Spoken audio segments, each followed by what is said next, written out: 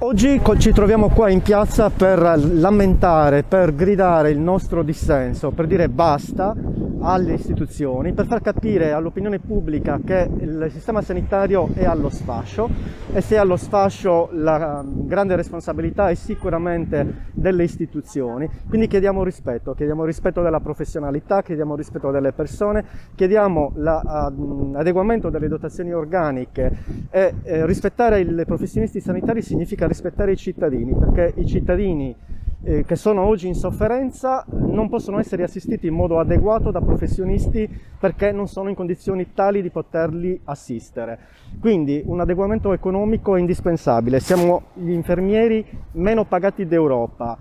Le dotazioni organiche andranno assolutamente riviste, i rapporti infermieri-pazienti non sono oggi adeguati. Un infermiere si trova oggi a dover assistere un numero infinito di cittadini e non è corretto nei confronti dei cittadini che non può ricevere un'assistenza adeguata.